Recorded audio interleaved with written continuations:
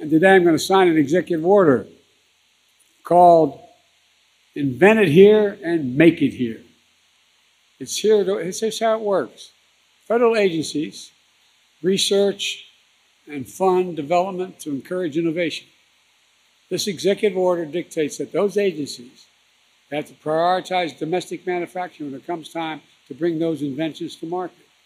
They can't go abroad. They have to look here. Who can do it here? That's the law.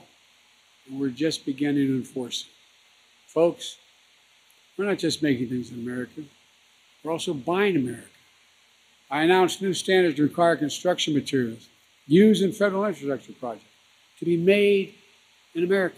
Lumber, glass, drywall, fiber optic cables, and more. Every federal infrastructure project will be built by American workers, using American products, creating American jobs.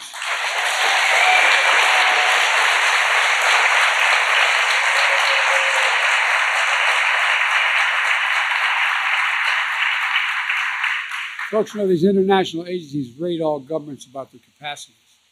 We used to be rated to have the #1 best infrastructure in the world. Now we're number 13.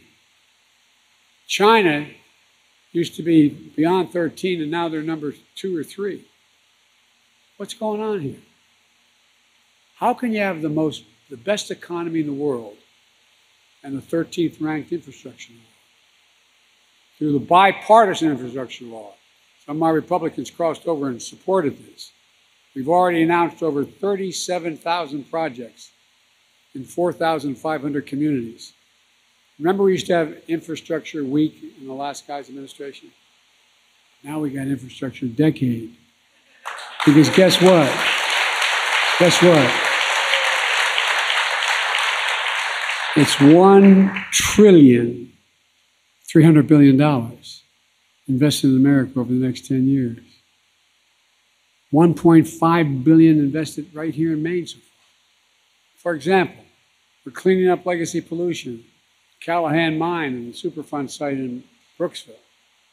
Maine is receiving $164 million to replace lead service lines and improve drinking water and address contaminants like PFAS. We're removing every single lead pipe in America. They're a risk to everyone's health, especially to our children with 400,000 school fountains have that lead in it. Right now, over 42,000 homes and small businesses across Maine don't have access to high-speed internet. We're investing $500 million in Maine to connect every single corner of the state, especially rural communities, to internet, affordable internet. And we're making it affordable, saving nearly 100,000 families $30 a month for their internet bills. We're making investments like this all across the country. You can see exactly where to go if you go to online to go to invest.com. Invest.com. Punch in wherever neighborhood you want to find out about. You'll see what we're doing.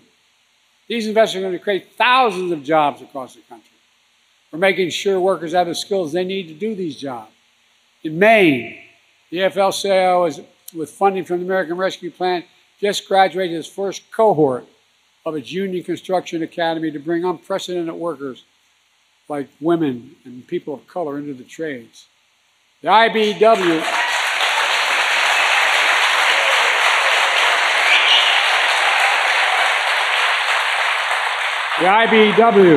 also with funding from the American Rescue Plan, runs a pre-apprenticeship program for high school students. And there's a training center in Newport. Folks, this matters. My investing in the American agenda also has another transformative impact. Every single Republican in the Congress voted against the Inflation Reduction Act. That's the one that had a total of $659 billion for infrastructure, for the environment over the next several years. You see, they don't think we have an environmental crisis. All this stuff happening is just temporary. They don't wonder about it anymore. You know, when the ocean off the state of Delaware, or off of Florida, is 102 degrees, something's going on. The vast majority of them voted against the infrastructure law as well. But that hasn't stopped them. from claiming credit for. And now, billions of dollars and thousands of jobs are coming to their states. Well, like I said, in the State of the Union, I'll see them at the groundbreaking.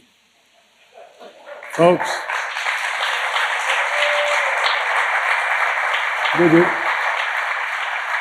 the distinguished senator from Alabama put out a release saying, Alabama is so large, I forget the exact number, is going to get $1,600,000,000 for such and such. He voted against it. He voted against it. I could go on, but I won't. But I made a commitment when I ran that I'd be present for everybody, whether they voted for me or against me. The vast majority of all this money is going into red states because they've been so badly hurt, a majority of it. I'm not picking winners and losers based on who they voted for. I'm picking winners and losers based on the need they have in their communities. Folks,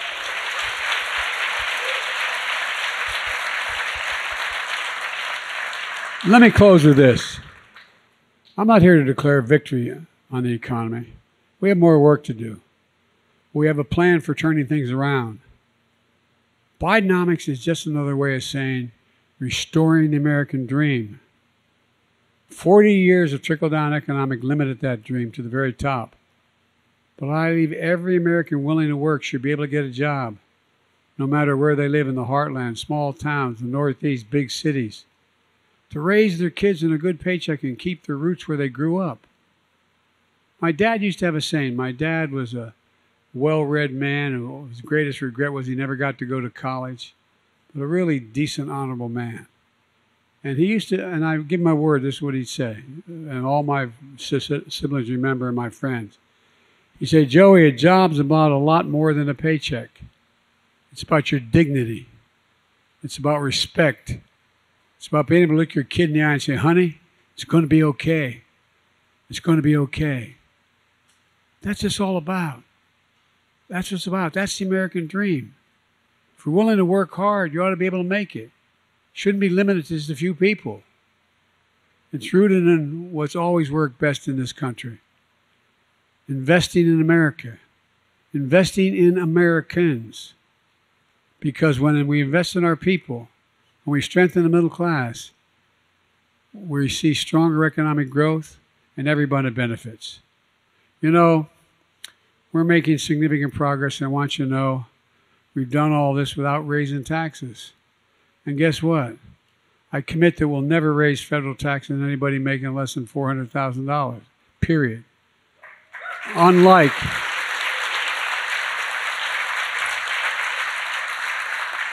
and here's some of my friends on the other side, the MAGA Republicans, saying, big spend Biden's raising the deficit. Guess what? In the 4 years that the last guy was president, he raised the national debt by almost 40%. You know that $2 trillion tax cut? Raise your hand if you got any of it. $2 trillion, not a penny paid for. But guess what? In 2 years, I've cut the national debt by $1,700,000,000,000 while doing all of this. $1,700,000,000,000. Because when ordinary people are able to make a living, they buy things, they go out and do things, they're able to live. And it raises funding. It doesn't cut it. It doesn't cut the idea that we're going to have a bigger debt. For the longest time, I've been told to give up on American manufacturing.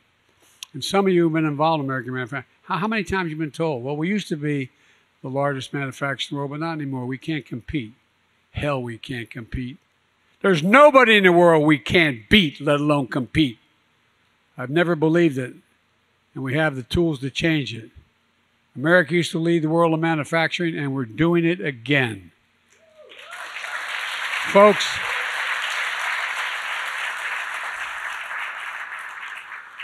I can honestly say I've never been more optimistic about America's future. Now, I know it looks like I've only been around a couple days, but I've been around a long time. I've said that, and all my colleagues, and I think My former colleague in the Senate used to hear me say it. It's never, ever been a good bet to bet against the American people. Never, never, never. And it's a real bad bet to bet against us now. So, folks, I really mean this. We just have to remember who in God's name we are. We are the United States of America. And there's never been a single thing we've set our mind to in war or peace, when we've done it together, we haven't accomplished. Not one thing. That's who we are. Let's not forget that. There's nothing beyond our capacity if we work together like you're doing here in Maine. So God bless you all, and may God protect our troops. Thank you very much.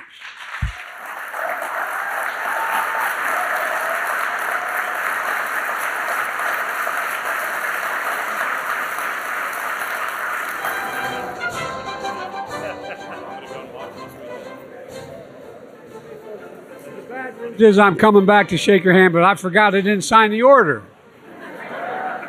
All that talk and no action.